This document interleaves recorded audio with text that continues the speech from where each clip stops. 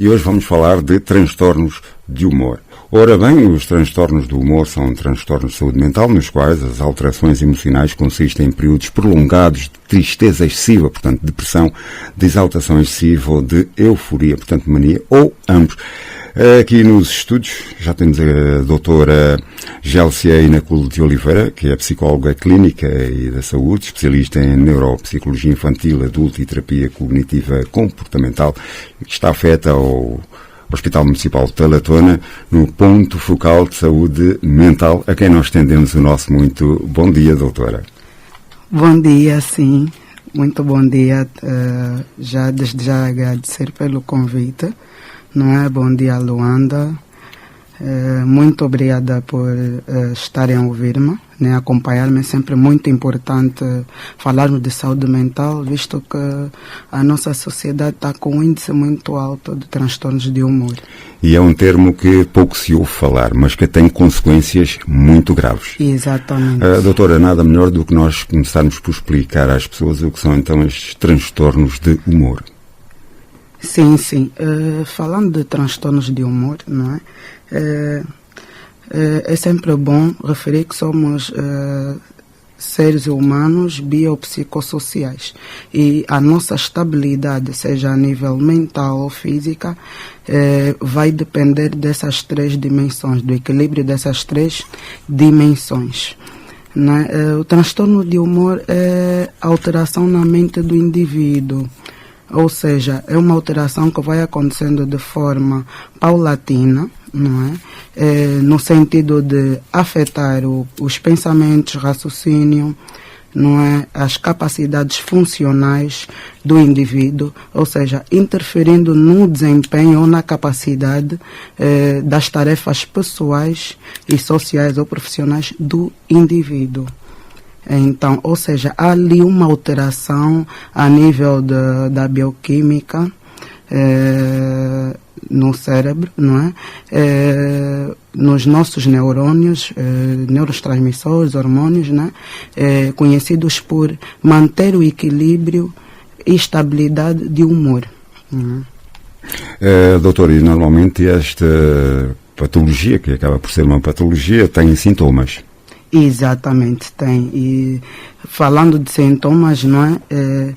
Estamos a falar que o transtorno de humor tem 5 grupos, não é? Ele tem 5 grupos e esses grupos têm sintomas diversos e diferentes em alguns aspectos, não é? Estamos a falar de 5 categorias, como o primeiro grupo, vamos falar da depressão. Não é? A depressão, ela tem seus subtipos, como a depressão induzida por substâncias, como o transtorno disruptivo de desregulação de humor. Temos também depressão major. Então, ela é caracterizada, esse grupo é caracterizado por ter uma baixa produtividade, uma baixa energia psíquica na mente do indivíduo, não é? Que vai causando assim o seu desprazer, vai causando assim o seu prejuízo nas atividades sociais, nas suas atividades laborais, na sua vida individual, ou seja, é um indivíduo que já não possui uma capacidade funcional ativa, então ele vai degradando, né, perdendo assim certas capacidades de realizar as suas tarefas. Portanto, poderemos dizer que também perde a sua autoestima? Perde, sim senhora, perde, vai perdendo a autoestima, vai desenvolvendo sentimentos de inutilidade, vai tendo pensamentos recorrentes pro fórum negativo. Então, estes são sintomas, né, que acabam por ser um gatilho para outros problemas futuros. Falando, né, a seguir temos o segundo grupo, que é o grupo da ansiedade, né? Dentro da ansiedade também temos os seus subtipos, como a ansiedade generalizada, a ansiedade de separação, temos também ali a síndrome de pânico, temos fobias específicas e fobias sociais, aí neste intervalo. Então, este grupo ele é caracterizado por um sofrimento de antecipação de uma ameaça futura, ou seja, é um indivíduo que está em um estado de vigilância permanente e com fugas no seu comportamento. Então, uma pessoa ansiosa, ela tem um nível de energia psíquica muito elevado, que é o oposto do grupo da depressão, não é? Então, esse nível de energia faz com que ele esteja em constante concentração, atenção, tenta controlar tudo a todo momento e desenvolvendo também alguns sintomas físicos, como batimentos cardíacos acelerados, sudorese, sensação de que algo negativo vai acontecer e essa coisa não chega a acontecer, problemas intestinais. Isso já vai abranger um bocadinho nas consequências que vamos falar lá para frente, não é? O terceiro grupo, nós temos o transtorno afetivo bipolar, não é?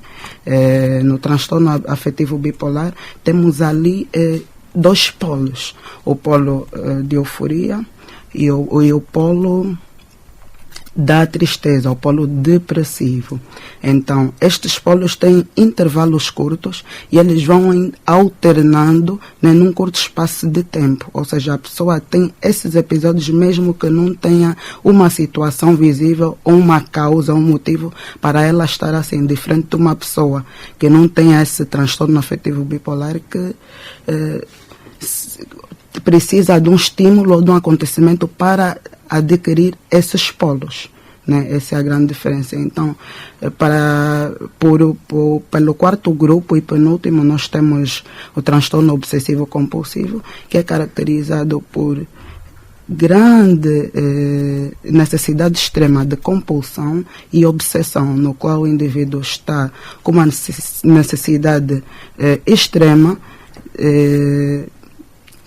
em ter os pensamentos direcionados numa certa situação ou numa certa experiência, não num certo objeto. Isso pode ser num objeto, pode ser numa mania, digamos mania de limpeza, num transtorno alimentar. Ou seja, o indivíduo tem ali uns rituais que vão se compilando, né, frequentemente, não é? E no caso da compulsão, não há ali um limite. A pessoa vai querer explorar a determinada situação ou determinado objeto ou pessoa, também em alguns casos, até esgotar-se, não tem limite.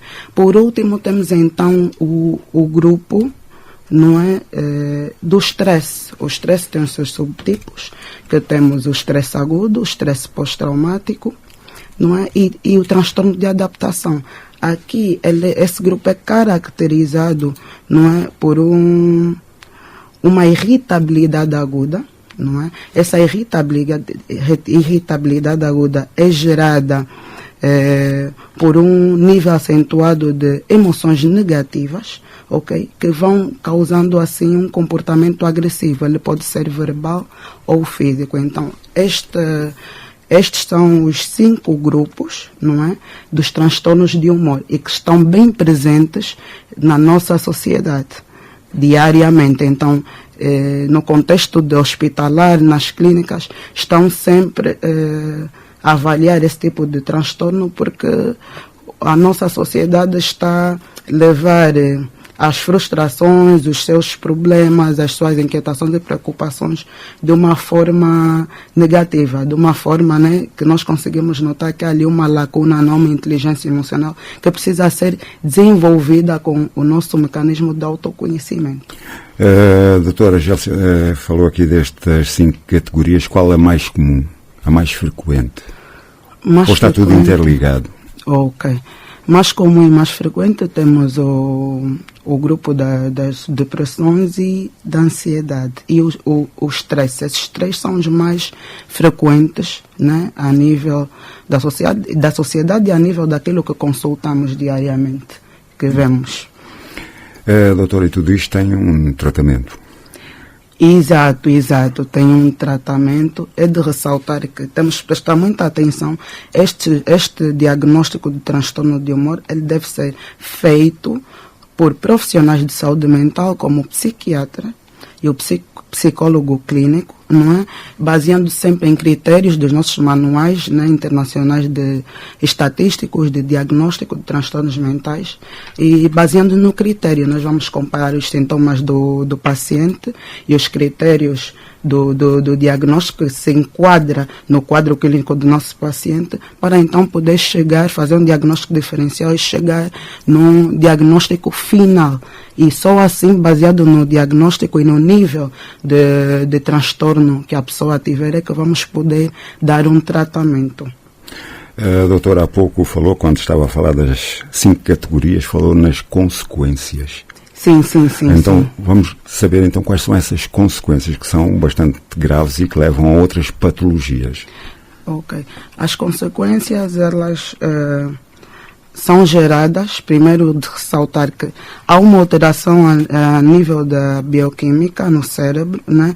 Nos hormônios responsáveis pelo equilíbrio emocional e pela sensação de bem-estar. Estamos a falar propriamente da serotonina. Há ali uma alteração nesse hormônio e essa alteração ela pode vir, ela é causada, né, por situações, como eu já disse lá atrás, do nosso dia a dia, de frustrações, de perdas, insatisfações por não realizar certas expectativas.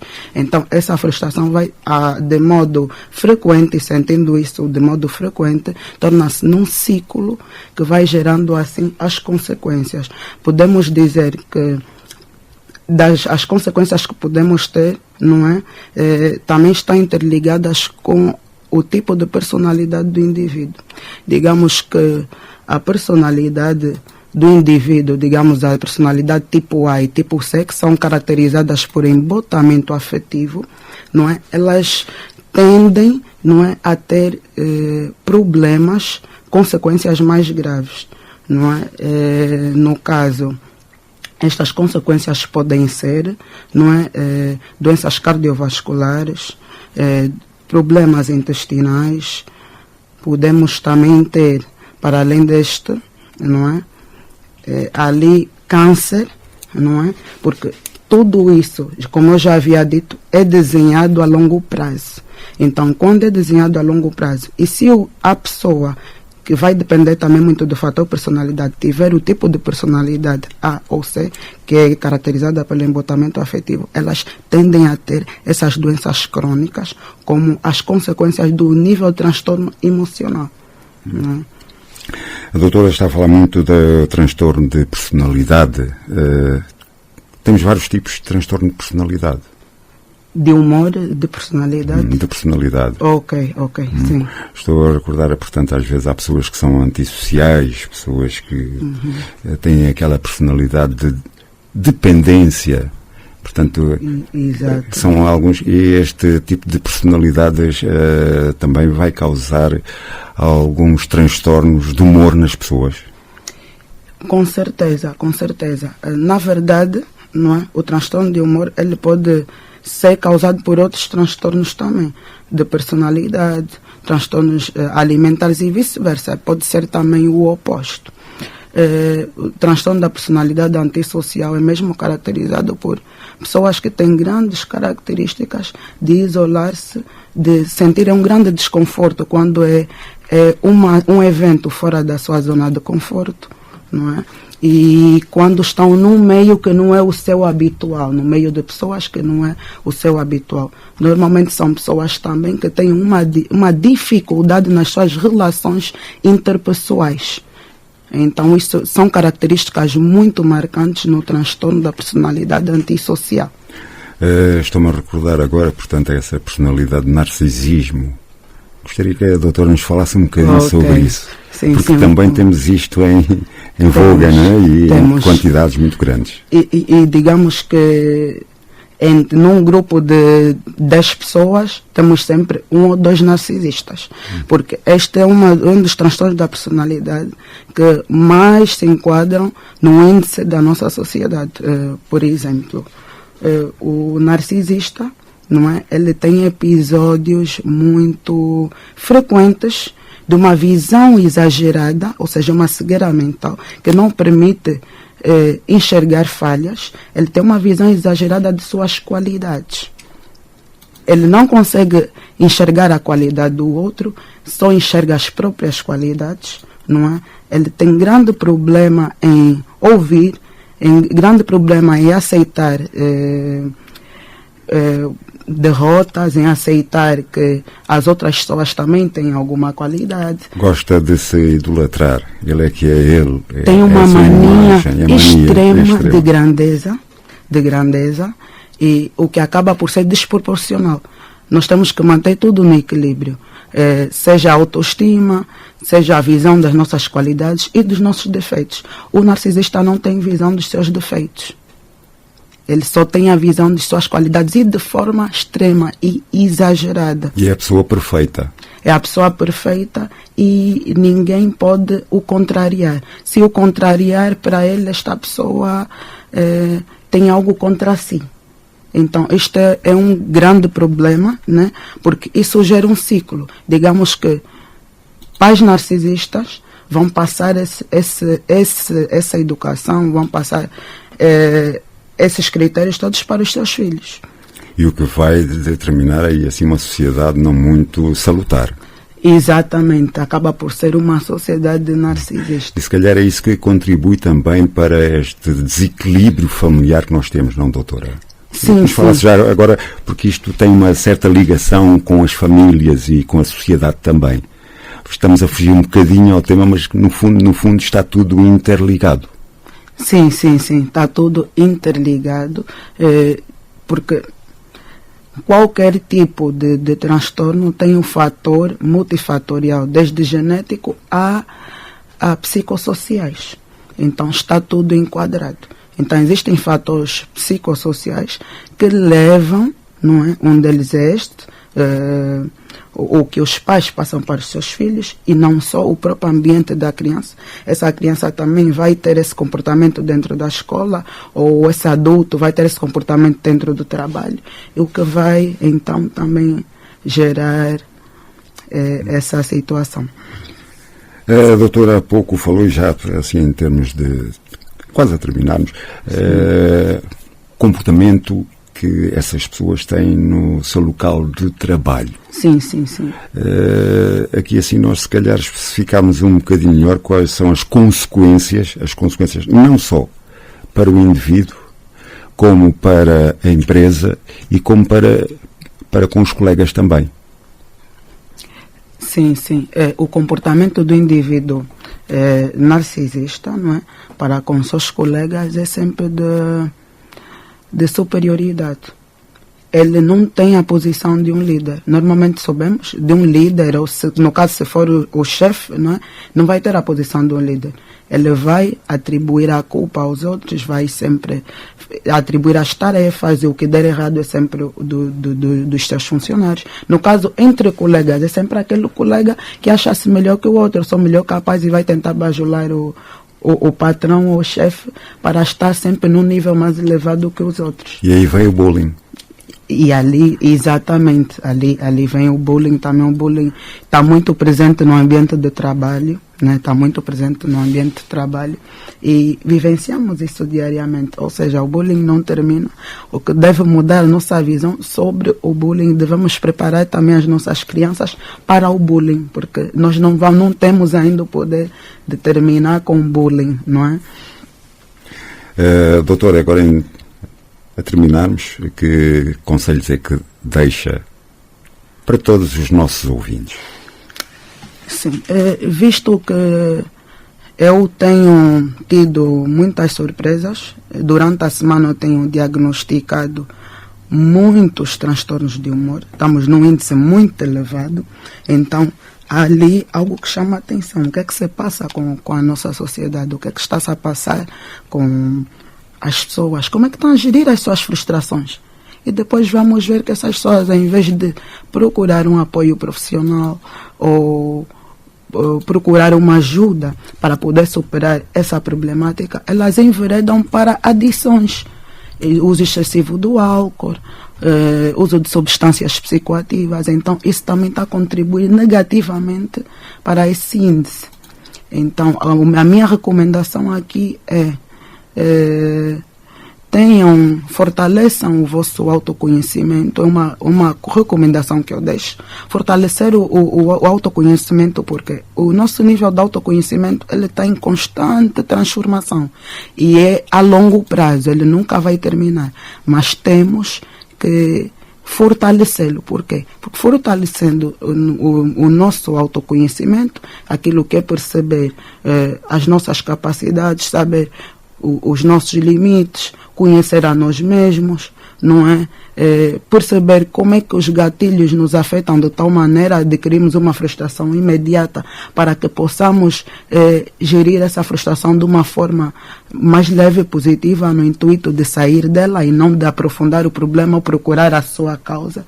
Então, devemos também manter atividade física ativa, porque manter a mente conectada ao corpo ajuda também a equilibrar os hormônios responsáveis pela sensação de bem-estar e equilíbrio de humor. Outro fator importante é a alimentação. Transtorno de humor, ele consome, não é, paulatinamente, a mente do indivíduo, de modo a ele perder as capacidades funcionais. Então, isso vai se refletir na qualidade do sono e na qualidade da alimentação. Então, temos que ter uma espécie de reeducação, não é? Nesses dois contextos de alimentar, não é? A nossa alimentação deve ser sempre respeitada os horários, deve ser sempre rica em nutrientes e vitaminas, porque ela também tem uma forte influência no nosso estado emocional. E a outra coisa é a qualidade do sono. Muitas das vezes as pessoas não sabem porque é que dormem mal, têm dificuldades para dormir, ou acordam no meio da noite e já não conseguem dormir. Então é muito importante também termos, não é, o controle da qualidade do nosso sono, não é? Como é que isso vai acontecer? Com a ajuda profissional. Quando já temos um transtorno de humor, o tratamento deve ser à base de psicoterapia e farmacológica, dependendo do nível do transtorno de humor. Se, digamos, seja um nível leve ou moderado, basicamente moderado, pode ser apenas com a intervenção psicoterápica. A psicoterapia, que nós já sabemos que ajuda o indivíduo a reestruturar a sua cognição, comportamento e crenças limitantes, e não só, e outros aspectos, né, fortalecer aspectos do autoconhecimento para que o indivíduo não tenha um sofrimento psíquico ou emocional conforme ele tinha antes. Já o farmacológico é mais para um nível moderado, acentuado e grave. Então é ali onde o psiquiatra prescreve para estabelecer aqueles hormônios, aquela alteração nos hormônios responsáveis por manter a estabilidade emocional. Então é sempre bom ressaltar que temos que ter atenção ao cuidado da rotina do nosso paciente ou do indivíduo.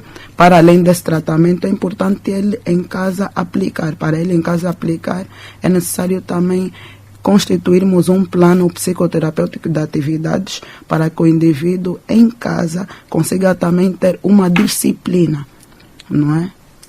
E a doutora há pouco falou aqui também da boa alimentação, dar oxigênio ao nosso cérebro. O nosso cérebro também necessita de oxigênio. Quanto mais oxigênio tiver, melhor respiramos. Exatamente, até porque quando o nível de ansiedade, no caso da ansiedade, está muito elevado, há uma baixa produtividade de oxigênio a nível do cérebro e um fluxo baixo do fluxo, né? O nível baixo do fluxo do sangue. Então, temos que ter em atenção que aplicar certas técnicas de relaxamento também ajudam a reduzir os sintomas dos transtornos de humor. Uma delas é a técnica de respiração, que também ajuda e muito, né? Que é a respiração concentrada e focada, que ajuda muito diariamente para repor então esse oxigênio no cérebro. E estamos a terminar, doutor, e eu fui buscar aqui assim uma frase de um escritor francês, e que diz para todos refletirem lá em casa também. O bom humor espalha mais felicidade que todas as riquezas do mundo. Sim, sim. Vem do hábito de olhar para as coisas com esperança e de esperar o melhor e não o pior. Exatamente. Está correto. É isto, não é, doutora? Então, a nossa frase de reflexão para os nossos ouvintes. Doutora Gélcia de Oliveira, muito obrigado. Continuação de um bom trabalho.